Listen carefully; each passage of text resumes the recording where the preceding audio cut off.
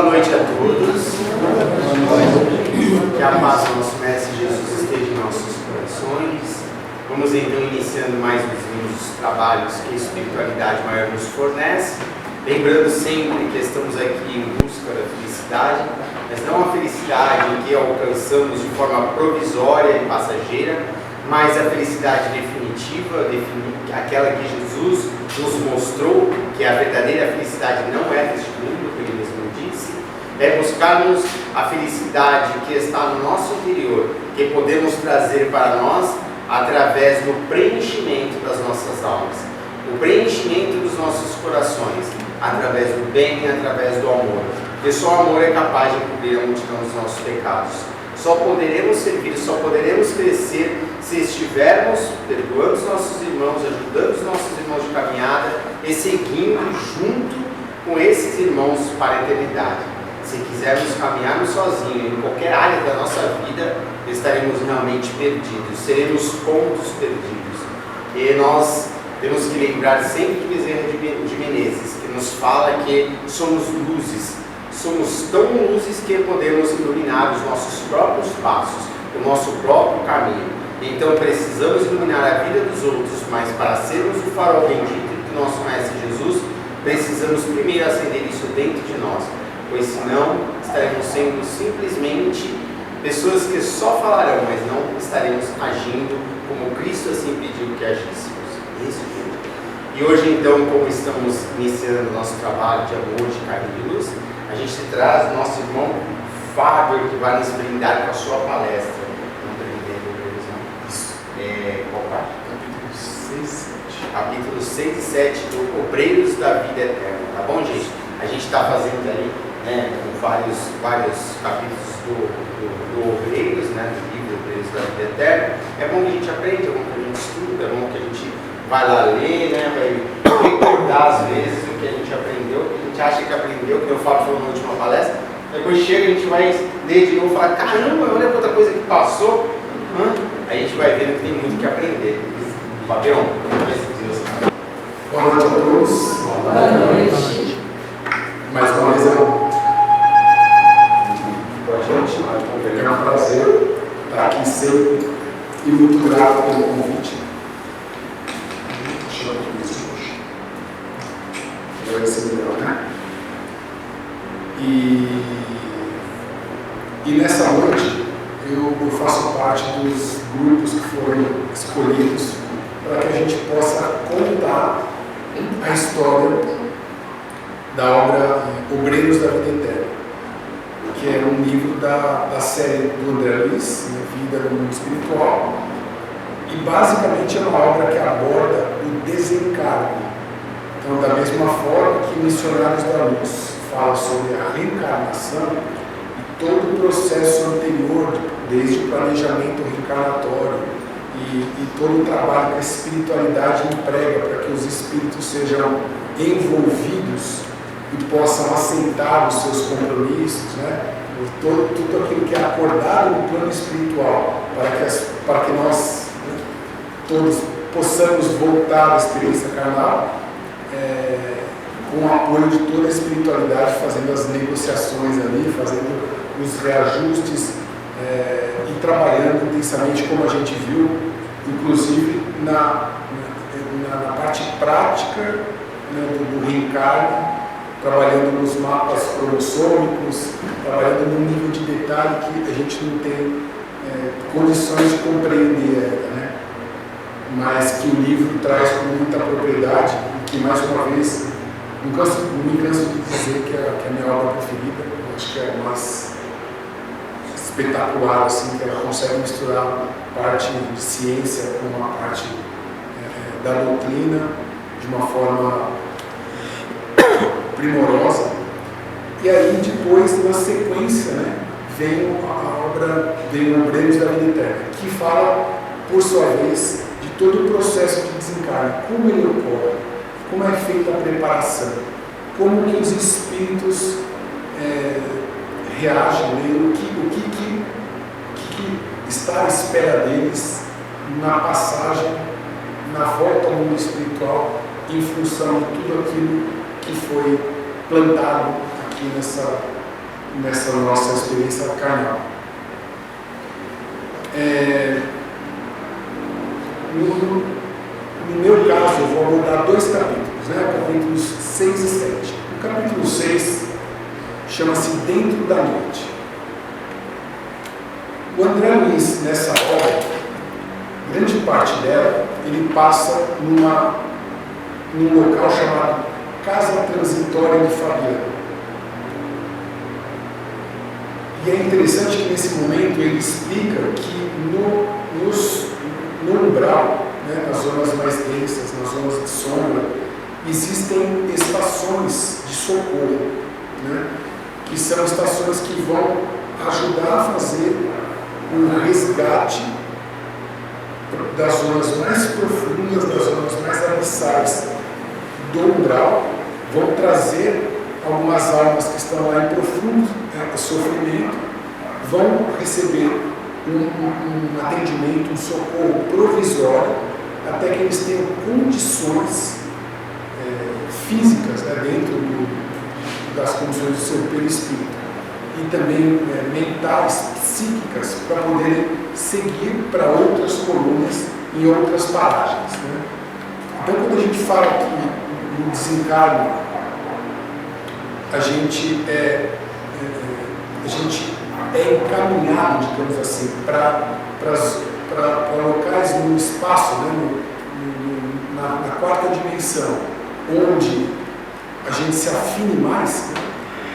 Isso traz justamente essa ideia de que, a depender daquilo que a gente pensa e tudo aquilo que nós construímos na nossa vida, todas as experiências que a gente teve, tudo aquilo que a gente escolheu pensar e fazer, aquilo cria um padrão vibratório, cria um padrão mental, e é nesse padrão mental que nós vamos nos encaixar quando a gente trocar de roupagem, quando a gente passar para o espiritual.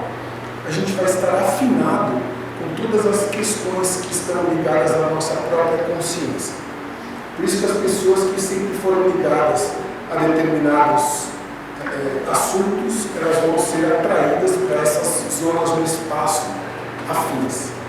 Então, quando a gente fala de espíritos sofredores, espíritos que estão vivendo situações difíceis e que logo após o desencarne se encontram em zonas de sombras densas, isso tem muito a ver com tudo aquilo que foi plantado, tem tudo a ver com a consciência daquela pessoa que, na verdade, muitas vezes, e na grande parte das vezes, inclusive, vai deixando, vai encobrindo uma série de fatos que a pessoa vai se endurecendo e vai deixando para trás, vai vivendo e continua fazendo muitas vezes, praticando vários erros, só que a consciência, ela guarda no momento do desencarne, do descortinamento para uma nova dimensão, isso tudo vem à tona. Claro que em momentos diferentes, né? Alguns levam menos tempo para poder entrar em contato com tudo que está em sua consciência, outros mais tempo. A gente tem aqui uma oportunidade fantástica de aprendizado diante das sessões de doutrinação, na qual a gente vê claramente vários irmãos chegando numa situação de cristalização da mente, né? Elas estão aparentemente alheias a todo o reajuste que vai se fazer necessário, eles não estão tendo o impacto de tudo que fizeram, de tudo que angariaram, né? Das suas energias, toda a negatividade que carregam, porque tem a condição de fazer essa cristalização. Mas quando essa cristalização ela é quebrada, ela é removida, eles entram em contato profundo com seus passados, com suas atitudes, com suas ações e com toda a energia que eles acumularam. O livro fala em diversos momentos, várias maneiras diferentes de desencarne, né? Os desencarnes que acontecem de uma maneira muito pacífica, muito harmoniosa, muito tranquila, né? Seguindo aquele ditado de que as pessoas morrem como elas vivem. Então, a depender da vida que elas tiveram, o desencarne vai ser proporcional. Algumas com uma situação de extrema perturbação, outras fazendo a transição com muita calma, muita tranquilidade, claro que sempre contando com toda a ajuda do plano espiritual. E o livro todo fala muito bem disso, explica os processos intrincados ali de manipulação das energias, de como que é feito esse desligamento, como que muitas vezes o espírito desencarna sem saber que desencarnou. Outro grande aprendizado que a gente tem também aqui, ao assistir situações como essa, na qual muitas vezes o espírito se manifesta sem ao menos ter noção completa de que ele já está na parte espiritual, que não está mais entre os encarnados. Em específico nessa missão, junto com a Zenóbia era dirigente, era líder da casa transitória de Fabiano, que é justamente uma estação de socorro, e muito interessante, é uma estação de socorro itinerante. Então, imagine uma instituição como essa, uma instituição que pelos relatos é muito grande, toda gradeada, toda protegida com muralhas e com equipamentos para repelir o ataque de entidades sombrias. Por quê? Porque essas instituições elas estão em zonas de perturbação mental, zonas de sombras no umbral. E aí muitas entidades perpetram ataques contra a instituição para repelir, sabendo que lá é uma casa de socorro, que vai provavelmente tirar muitas das suas presas de suas mãos para serem encaminhadas ao socorro. Então elas lutam ferozmente para intimidar a casa, o seu funcionamento, e também buscar atrapalhar esse trabalho de resgate. Isso é bastante explorado no livro, Existem capítulos específicos sobre isso, onde eles contam que as casas contam com baterias e armamentos de eletricidade, que eles emitem campos de feixes elétricos na direção das entidades que tentam subir os muros, que tentam invadir a casa a todo instante. Então esses tiros são desferidos contra eles, e aí o clarão, a luz, o estorno acaba repelindo. Então existem equipes que ficam ali trabalhando na guarda da casa para que ela não sofra nenhum tipo de invasão.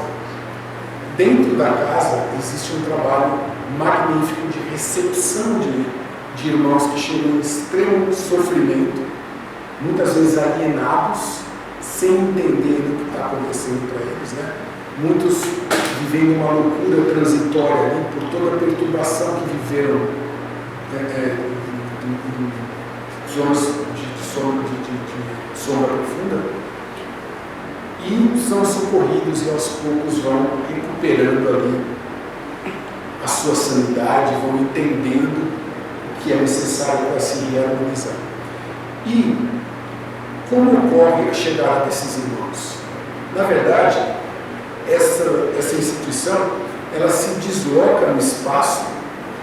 Isso é bem interessante, o livro descreve bem isso acontecendo, a instituição toda levantando para se mover para uma outra região, até que ela aterrissa nessa nova região, e aí os missionários ali saem, as equipes saem em busca de irmãos em sofrimento nessas regiões, para que possam ser então recolhidos e trazidos para casa, onde vão receber os primeiros socorros ali para a sua reharmonização, passam por um período de reharmonização, onde vão recuperando ali a sanidade, para que então possam ser encaminhados a outras colônias, como por exemplo o nosso lar. Mas antes, pela própria questão do seu endurecimento momentâneo, eles não conseguem fazer esse translado, eles não conseguem ser encaminhados para lá, porque grande parte desses irmãos que estão nessas zonas, eles não têm a compreensão e muitas vezes não têm a vontade de sair dessa situação. Outro aprendizado que a gente tem aqui muito frequentemente, a gente vê que eles manifestam, claro, sabemos nós que isso já está em transformação, mas esses irmãos manifestam, dizem que não têm vontade de mudar a situação em que vivem. Né? Isso é muito comum também ali nas zonas umbralinas. Então, esses irmãos se reúnem e saem para fazer o recolhimento, o atendimento dessas entidades nessas zonas mais de sombras densas. Nessa noite, sai Zenóbia, mais uma equipe de 20 ajudantes, mais o André Luiz, o Padre Jerônimo e Luciano. Luciana é uma médium extremamente poderosa e ela tem a faculdade de penetrar os pensamentos dos espíritos que estão ali. Ela consegue entrar em sintonia e fazer uma leitura, enxergar a história na tela mental do espírito que ela, com o qual ela interage. Só que esse dia, esse socorro, ele tem uma motivação especial. Ela avisa a todos da equipe que nesse dia eles vão com o propósito de salvar o maior número possível de irmãos, porém o foco principal é o Padre Domênico, que é uma alma muito cara a ela. É um espírito que no passado teve uma história muito importante com ela, mas que nesse momento estava em extrema perturbação, completamente alienado, vivendo uma revolta muito grande e que já há muito tempo era resistente a ser socorrido. Então ela avisa a todos que seria feito um trabalho ali e que já há alguns dias ele vinha sendo sensibilizado e, por enquanto, em função do padrão vibratório dele, ele não conseguia vê-los. Ele só estava ouvindo. E há alguns dias ele já está ouvindo a ela e ouvindo a outros amigos ali, buscando amolecer seu coração, trazer algumas reminiscências do passado ali que pudessem facilitar esse trabalho ali que seria feito nessa noite. No caminho onde estava o Padre Domênico, o André Luiz relata a tristeza do local, né? Ele descreve com a riqueza de detalhes que a gente conhece um ambiente como um ambiente onde a luz solar mal consegue atravessar. É uma luz mais amarelada, um âmbar mais forte e uma paisagem desoladora, né? Plantas secas, tudo muito árido, animais cruzando o espaço a todo momento, aves horrendas, né? Ele fala de pessoas com mutações, pessoas com aspecto animalesco, pessoas deformadas, muitos gritos, muito sofrimento, uma paisagem muito desoladora. E eles são informados para que eles possam se manter firmes, porque tem a equipe que está ali caminhando no meio desse local, que eles têm que manter a vibração alta. E que eles têm que entender que todas as súplicas que eles estão ouvindo no caminho, e são muitos pedidos de socorro, são muitos gritos na direção deles, eles precisam se manter firmes para que eles não baixem as suas vibrações e dessa maneira possam se tornar presa de algum eventual ataque. Então a equipe que está ali, eles estão armados, alguns deles têm armas, que são armas para intimidação, né? Na verdade são esses choques elétricos, são esses estrondos à luz e tudo mais, para que seja mantida uma ordem ali mínima, necessária para a segurança, inclusive, dessa caravana que está indo fazer o atendimento. Ele descreve, inclusive, uma situação na qual eles se aproximam de um local que parece um charco negro, né, com muitas pessoas lá dentro, e algumas saíram com aspecto de cobra, de lagartos, enfim, né, tentando fazer algum tipo de ataque, outras vociferando, né, gritando, xingando a eles, e outros pedindo socorro, né? No meio desse lamaçal, pedindo socorro, eles todo o tempo recebendo a informação de que existe ali um tempo para que todos eles sejam capazes de serem recolhidos, porque não existe para aqueles espíritos mais sensíveis que fazem parte da caravana, eles veem claramente quem está e quem não está preparado para receber o socorro. Então eles dizem, infelizmente, muitos desses que vocês veem pedindo socorro agora não estão em condições de serem socorridos.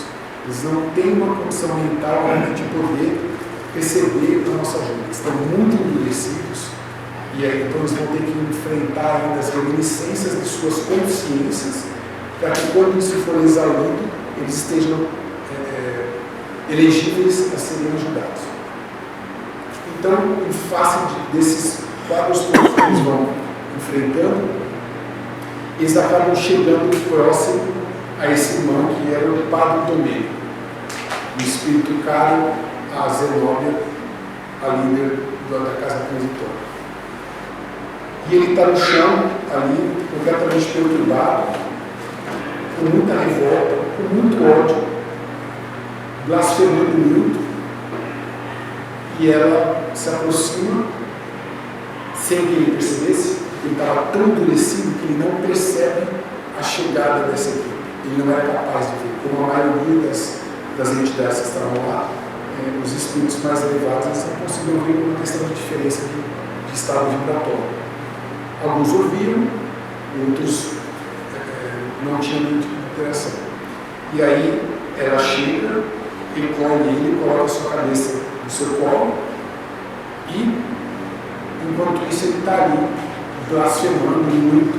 E por quê? Porque ele havia sido um sacerdote, havia sido um padre na sua última encarnação, e ele se considerava um desafortunado e principalmente um injustiçado. Para ele não tinha havido a justiça divina. Porque ele dizia, eu fui um homem fiel, tive décadas de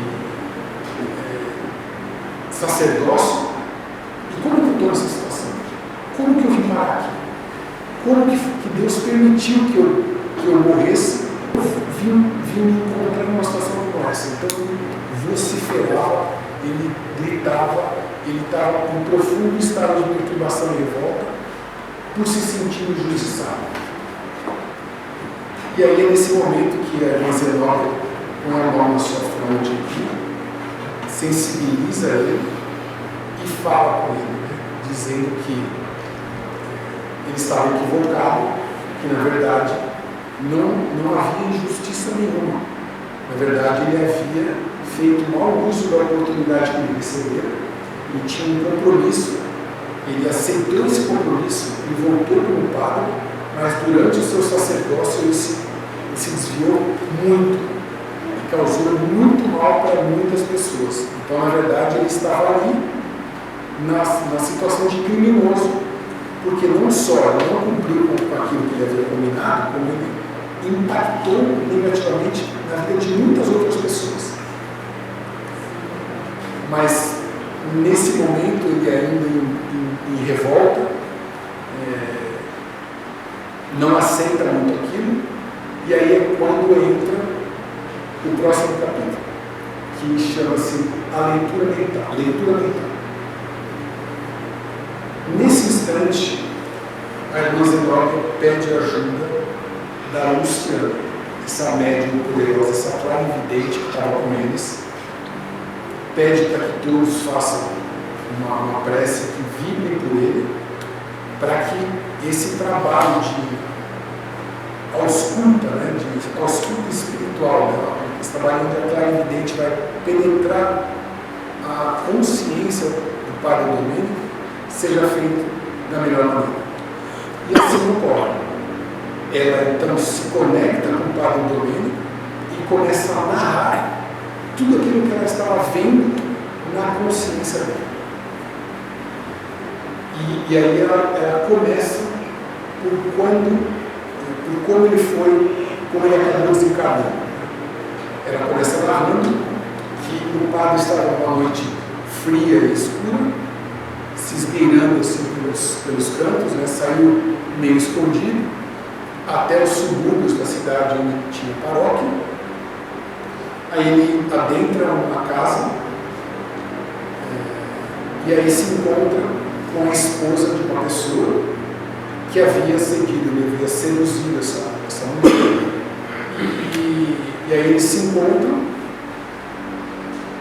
e aí, enquanto eles estavam juntos, o marido, que já estava desconfiado, se certificou do que estava acontecendo, ficou lá, assistiu, teve certeza da traição, e aí ficou completamente transtornado, saiu correndo pela rua e procurou um bar. Já era noite, ele procurou esse bar e comprou uma garrafa de vinho. Como já tinha a desconfiança do que estava acontecendo, ele também carregava um vidro de veneno. Aí o que ele fez? Ele pegou esse vinho, jogou o veneno dentro, esperou o padre sair. Quando o padre saiu, ele ficou próximo à paróquia e encontrou casualmente com o padre. E como estava uma noite fria e escura, ele convidou o padre e falou: padre, eu trouxe aqui um vinho para o senhor tomar, para aquecer, essa noite está escura, para a gente poder bater um papo.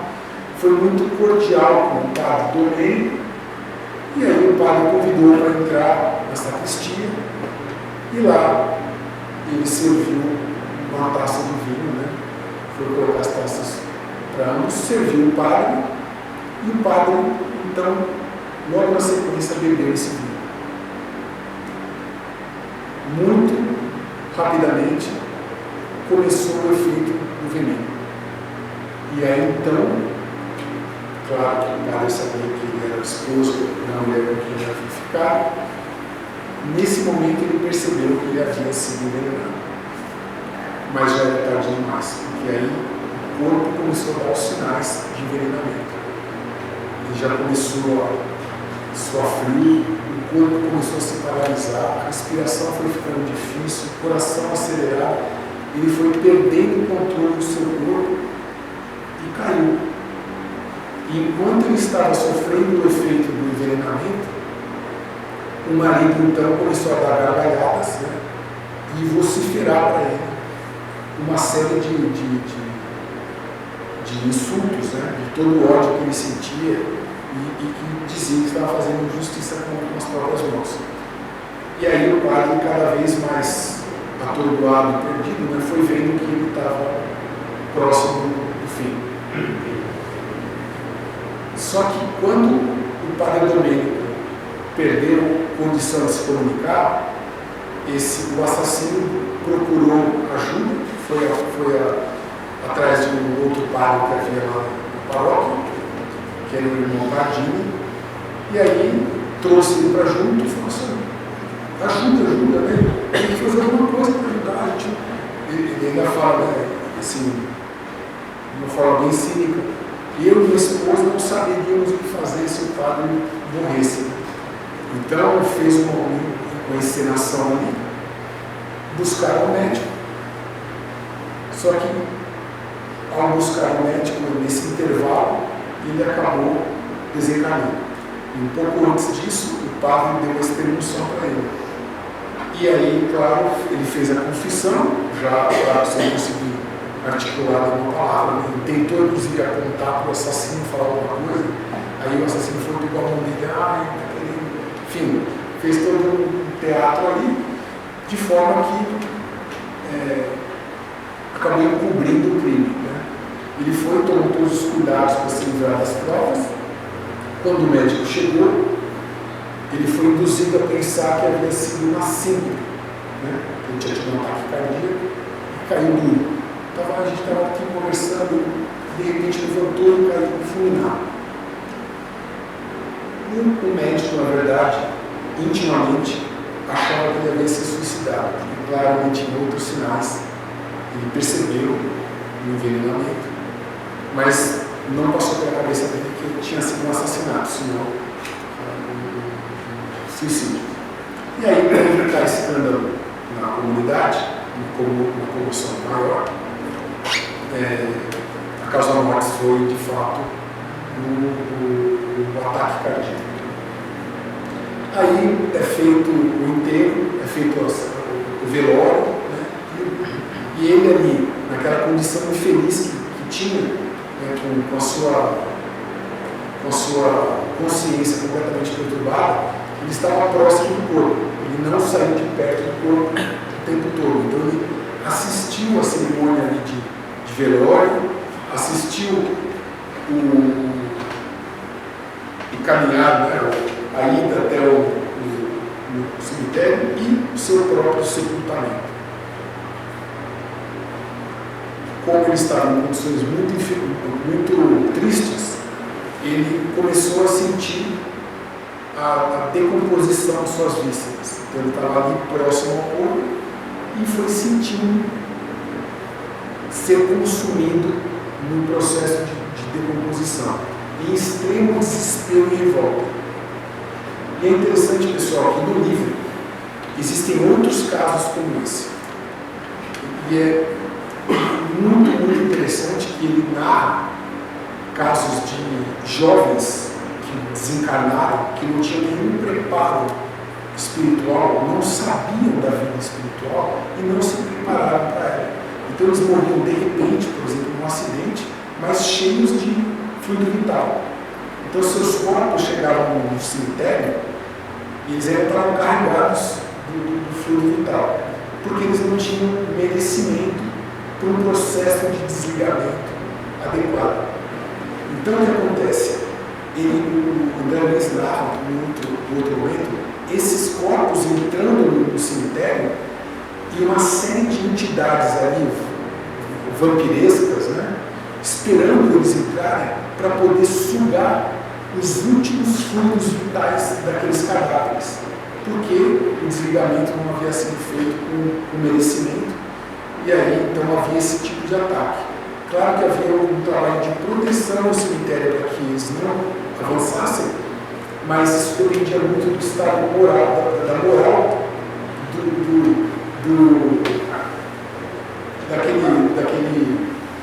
daquele morto que estava chegando ali, daquele cadáver, daquele espírito e do cadáver que estava ali carregando aqueles elementos. Para todos aqueles que tiveram condição de se preparar durante a vida, eles tinham tido um desligamento harmonioso. E durante o desligamento, André Luiz conta com detalhes todo o processo que os espíritos faziam para retirar aqueles últimos fluidos vitais daqueles cadáveres, para que ele fosse reaproveitado de outra maneira e não servisse de alimento para as entidades, para os vampiros que estavam ali para consumir isso daí dos cadáveres, né? Então, em determinado momento, diante desse sofrimento, uma entidade, uma mulher, também bastante perturbada, vem buscá-lo no túmulo. E aí ele dá as mãos para ela no desespero e acaba conseguindo se afastar do seu cadáver. Só que quem era essa mulher? Era uma das inúmeras mulheres que ele havia seduzido e abandonado. E grande parte delas com filhos. Então, isso tudo que eu estou dizendo para vocês está sendo contado pela Luciana. Então a Luciana, essa clarividente, está junto dele, lá no umbral, e está lendo as suas imagens, contando as suas imagens mentais para todos que estão em volta e para ele, principalmente para ele. Porque nesse momento ele toma contato com tudo que ele fez, mas não tinha a noção que tinha feito, não guardava isso muito claro na sua memória seletiva. A sua consciência estava cristalizada e não lembrava disso. Então ele se sentia ali naquele momento revoltado e injustiçado. Mas diante dessa história contada, ele foi tendo contato com tudo que ele havia feito. e conta a história dessa mulher que veio buscar, que era uma jovem que também foi seduzida por ele e que certa vez vai procurá-lo lá na paróquia e diz para ele que ela estava desesperada porque ela estava grávida do filho dele e que então a gente precisa se casar então, né? Você é o pai, então a gente precisa resolver isso, precisa se casar. Ele falou assim, mas eu não posso porque os meus compromissos sacerdotais não permitiram. Então, infelizmente, não posso fazer nada. E, mesmo ela estando desesperada ali, nada foi feito de diferente, ele deixou bem claro que não poderia fazer nada por ela. E ela, completamente desvairada, voltou para casa e tomou um formicida, acordando, não acordando, né? Morrendo e sendo encontrada no dia seguinte, morta por seu pai, que por sua vez vai até a paróquia, completamente transtornado, para pedir que o padre possa ir à casa dele, porque ele estava sem entender o que tinha acontecido. Uma menina jovem, bonita, como assim? O que aconteceu? E ele vai para lá também com toda a dissimulação possível, tomando todos os cuidados para que nada da história dele pudesse ser descoberto. Inclusive, levando um certo contentamento sombrio de que essa história morria ali. Então ela acabou falecendo com uma criança. Então morreram dois nesse evento. Aí ela evoca uma outra memória, onde uma outra mulher procura um filho de 9 anos, muito doente. Era doente e o filho muito doente também.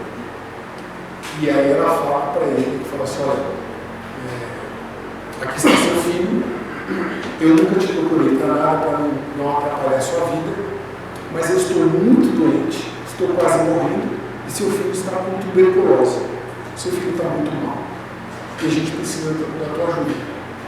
Porque eu não vou demorar muito para partir, mas que você possa salvar o nosso filho.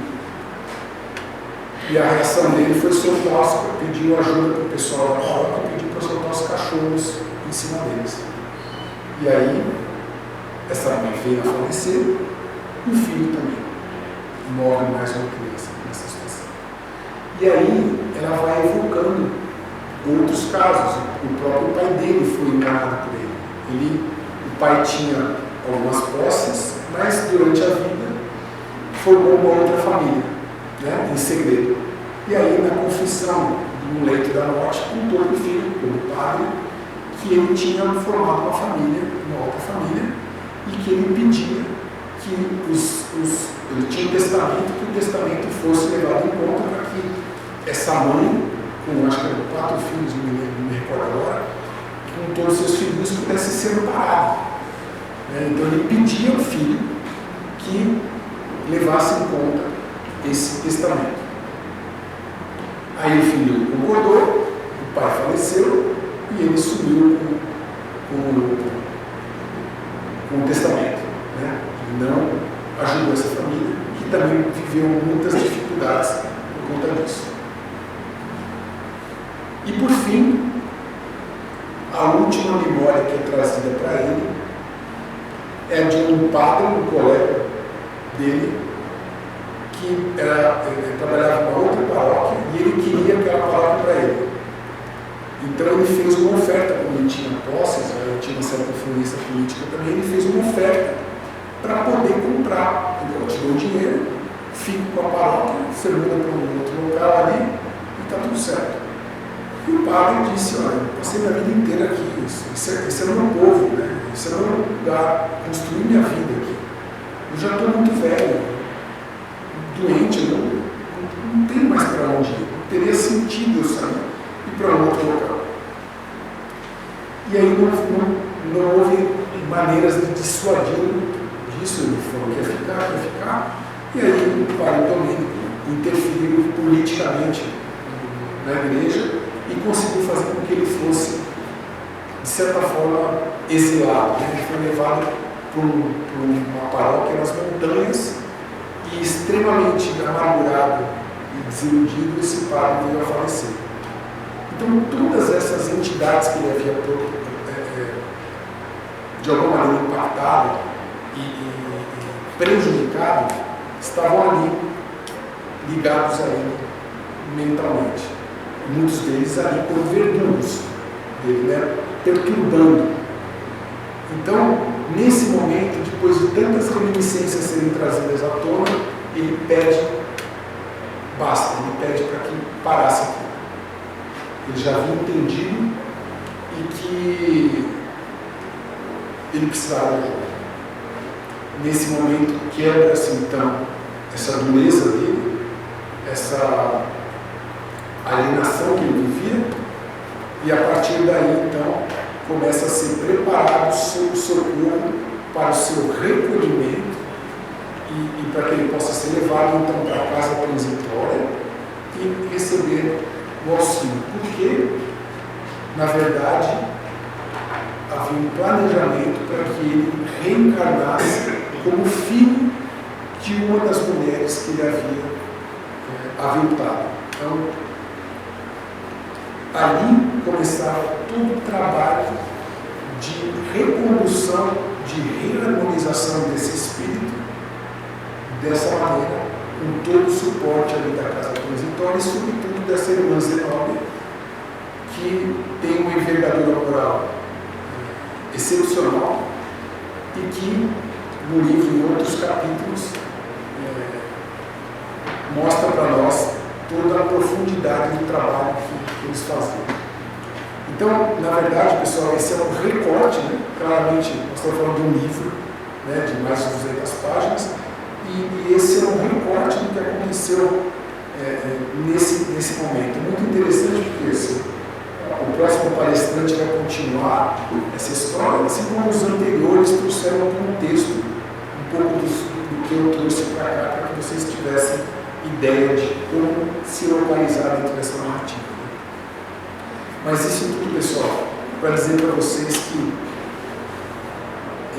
os processos de desencarne, os processos de chegar no plano espiritual ocorrem de maneiras muito diversas, muito em função de como vivemos nossa vida, de como escolhemos viver, do que escolhemos pensar e fazer e como nos preparamos. Né? O que a gente fez com os nossos corpos, os nossos veículos emprestados para a nossa experiência carnal aqui, e como que a gente cuidou dele, e como que a gente chega do outro lado, né, com o nosso perispírito, né, com o nosso corpo espiritual ali, afetado de maneira positiva ou de maneira negativa, infelizmente, grande parte das vezes.